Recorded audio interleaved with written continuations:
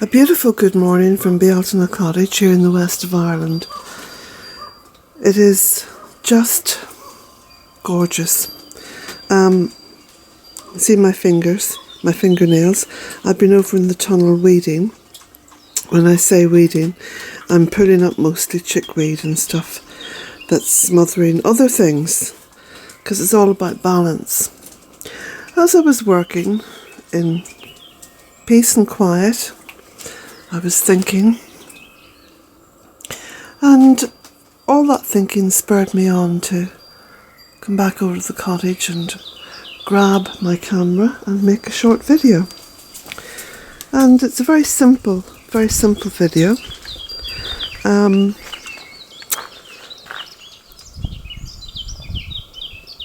It's about what people do. What people do and what people say. Because there are a lot of people talking about environmentalism and talking about climate change and talking about saving the environment and talking about solutions to climate change, etc. The list goes on and on of all these talkers, and I'm asking you to respond in a very specific way. And I'd love to have your feedback on it. So when you go onto a site on social media where there are people talking about the worst of what we are doing to the planet, I want you to ask them, or find out if you can, what they are doing. Doing, not saying, but doing. Because last night, before I went to bed, I went on to the social media platforms that I engage in, and or should I say post in, because I don't really engage in social media that much. Don't have the time because I'm too busy doing. But and I just tried to find out what some of these talkers were actually doing. So I was looking at evidence of what it was they were telling us. So it's a bit like habeas corpus, show me the body. Because of course habeas corpus has been with us now for the past, 10 centuries, something like that, maybe more. And habeas corpus translates from the Latin as show me the body. And the body means the body of evidence. And it was introduced into the English law system, because it wasn't Great Britain at that point. It was introduced into the English law system because up until that point,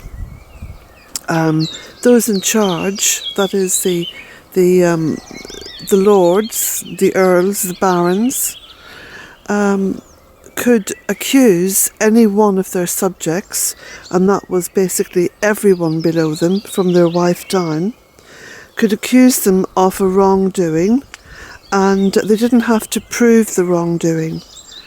They just had to accuse, they just had to talk, they just had to say what the wrongdoing was, and subsequently the accused was brought to court. No evidence was required, and the accused, if found guilty, and invariably they were found guilty, were hung or imprisoned or had their hands chopped off or whatever. It was a very barbaric system, and reading history is very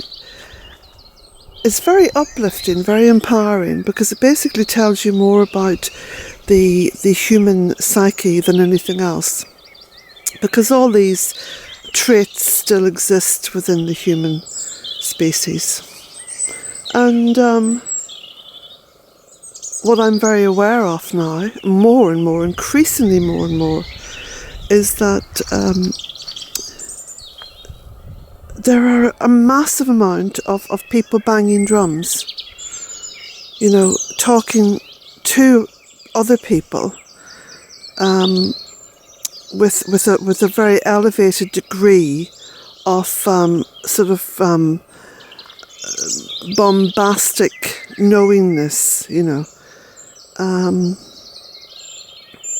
And that resonates with me. It does remind me of the kind of history that I often read.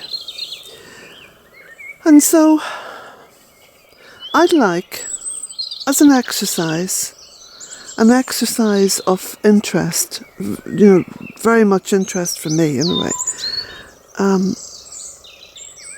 to find out if what I'm saying is right. So all these people who are talking about, you know, saving the world, climate change, the environment, extinction, rebellion, right across the whole gamut of what is being talked about. Sift through them a little bit and see if you can find out any one of them who's actually not just living it, but living within that kind of habeas corpus mindset of showing the evidence. Because you see, I put videos up every day. Now, people don't have to put videos up every day. They can put a video up once a month, you know, to show what it is they're doing. Or they can put a series of photographs up. It doesn't take a huge amount of time. I mean, I've got probably the slowest internet in the world because I don't have internet. I have a hotspot on my phone. So a lot of these people who are, you know, within the kind of genre of people I'm talking about, a lot of them have high-speed internet. So it's only going to take them seconds to put a photograph or two up, you know? Because they're certainly putting lots of posts up. I'm seeing the posts all over social media. So, I'd really like feedback. I'd really like to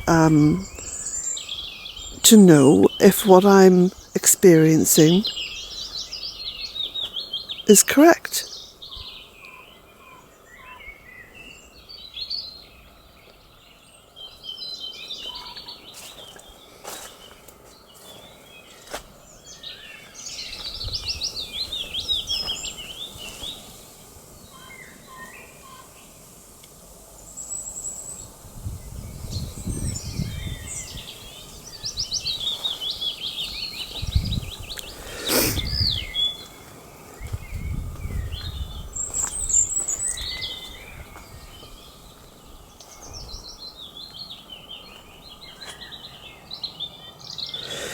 So, I'll show you my tunnel here.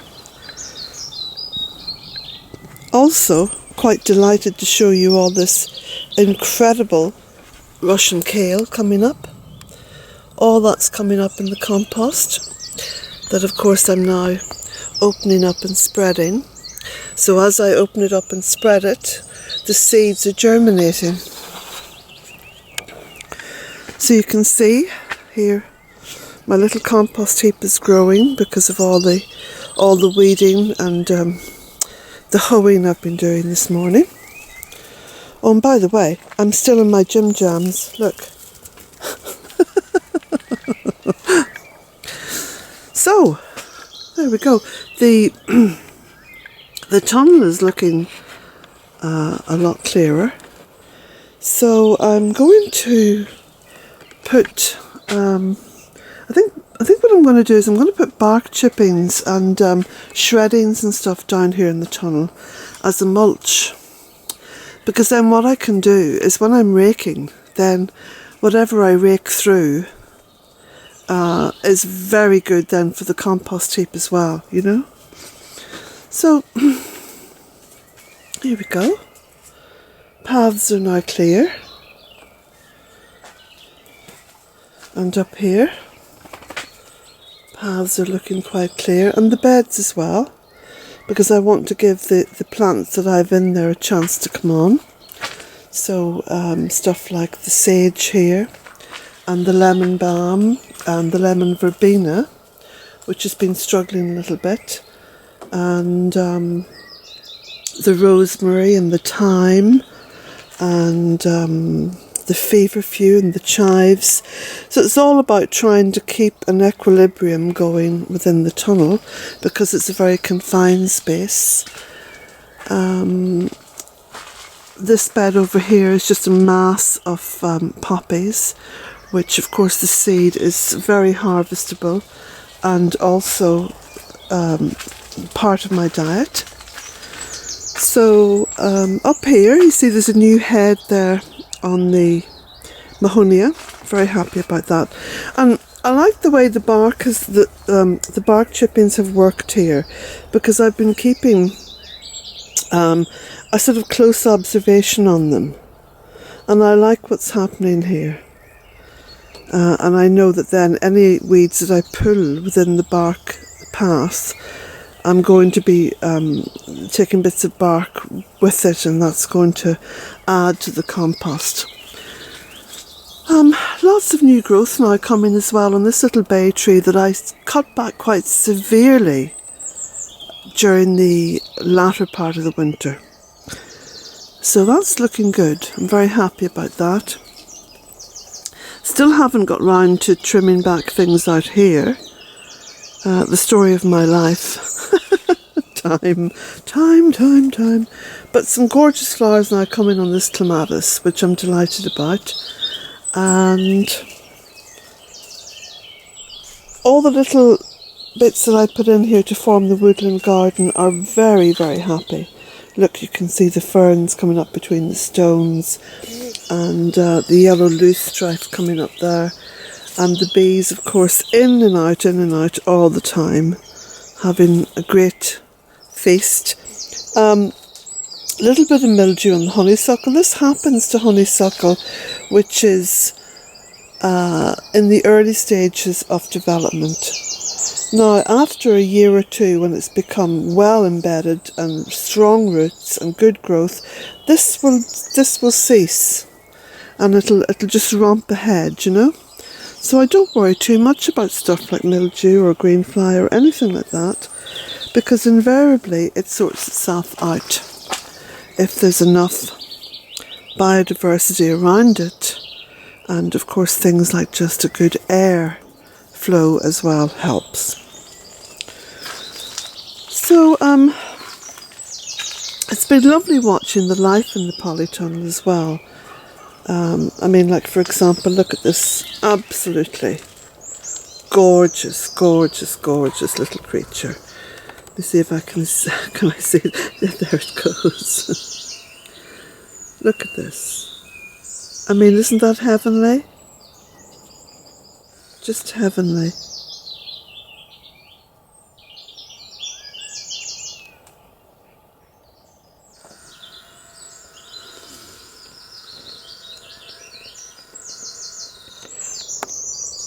Having a joyful life, a joyful existence.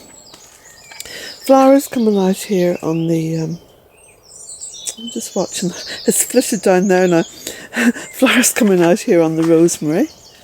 And little bits of Chinese forget-me-not playing peekaboo up through the nectarine.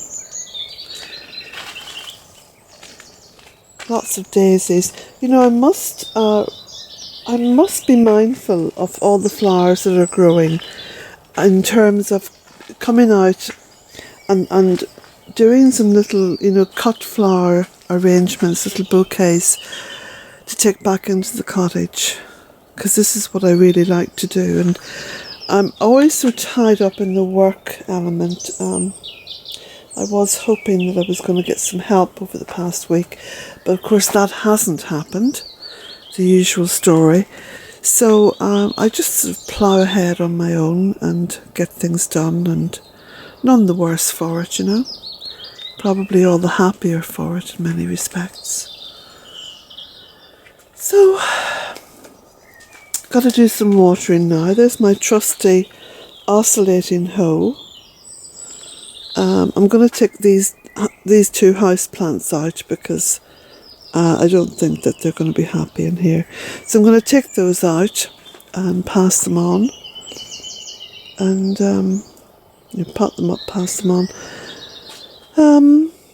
The other stuff in pots seems to be doing well. So I've got rosemary, and of course look down at this.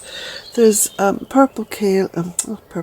Russian kale growing out of the pot, because of course I potted that up with my homemade compost.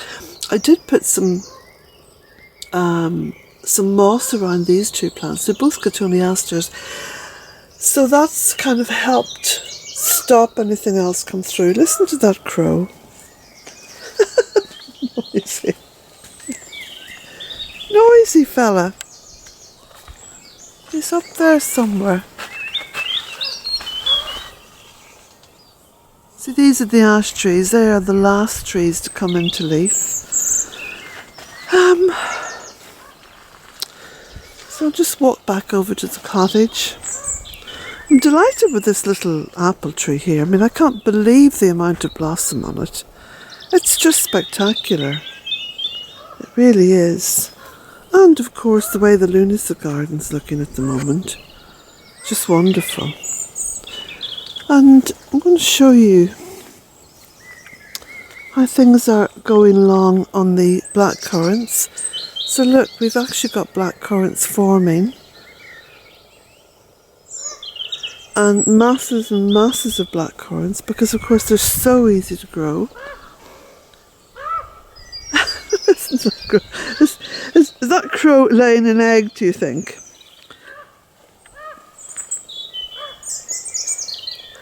Could she be in labour? It actually sounds a bit like that, doesn't it?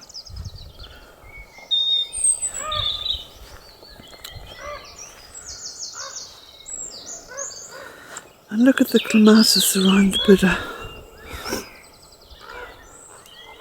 That's lovely.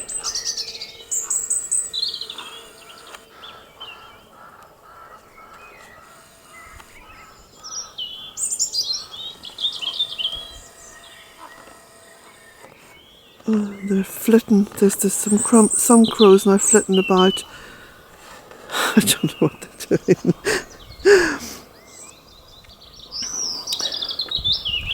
So I'll just show you the little apple, tiny little apples that are forming. I did take some photographs, and I'm hoping to do a blog over on the website.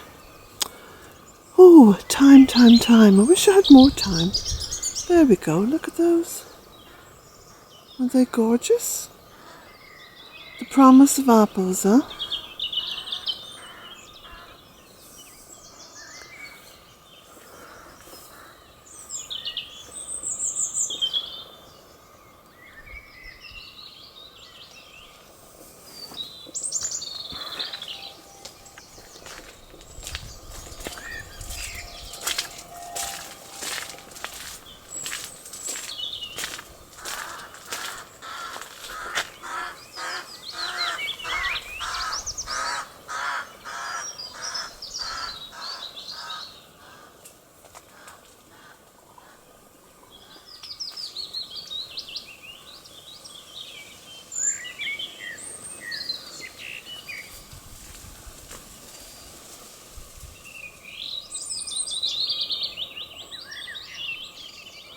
I'm hearing some strange noises today as well.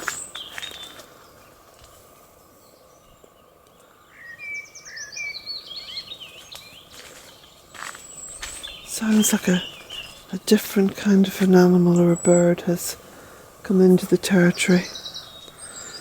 Come aboard the ark. Right, now I've got to stop there because I'm way behind on my own personal schedule. I have a whole list of things in my head that I've got to be getting on with. But yeah, just consider what I said there in the first half of the video, because I am intrigued. I am genuinely intrigued. Blessings to you all, and have a beautiful Saturday, everyone.